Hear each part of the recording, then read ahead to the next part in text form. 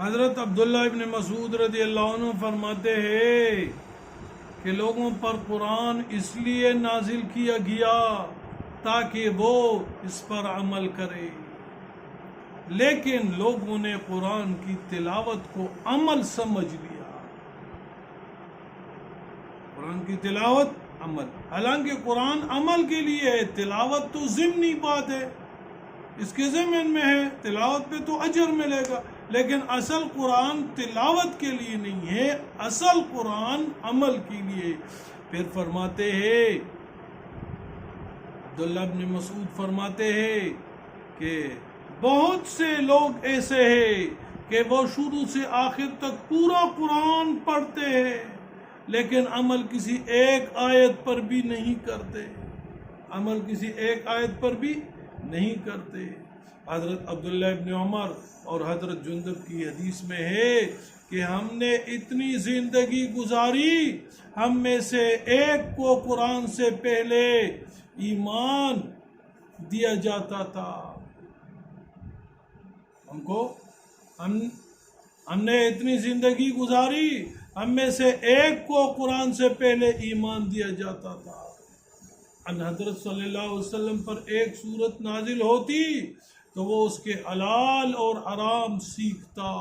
اوامر زواجر سے واقف ہوتا اور یہ معلوم کرتا کہ کس جگہ پر توقف کرنی چاہیے۔ پھر ہم نے ایسے لوگ دیکھے کہ انہیں ایمان سے پہلے قرآن ملتا، وہ ایمان سے پہلے قرآن ملتا اور الحمد سے وہ ناس تک پڑھ جاتے اور انہیں یہ نہیں معلوم ہو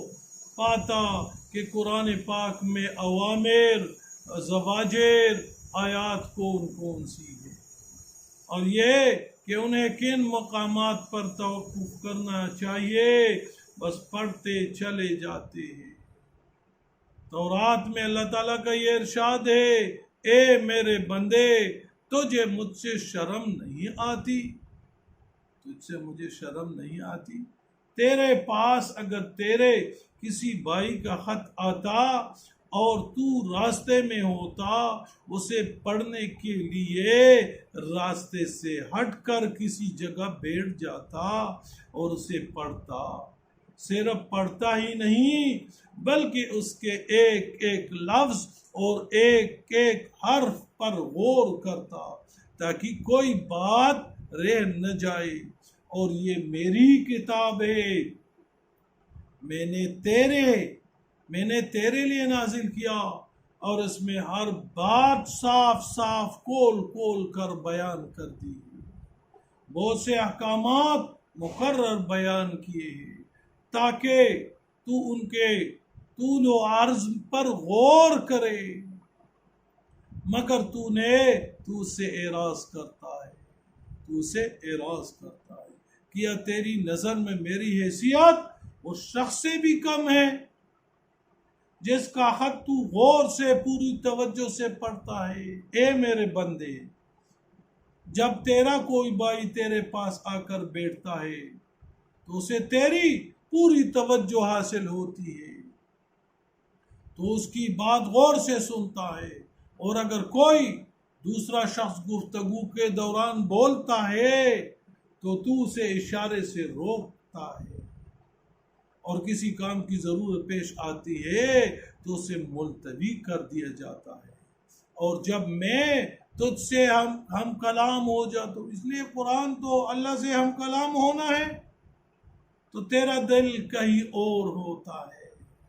کیا تیری نزدیک میری حیثیت اتنی بھی نہیں ہے جتنی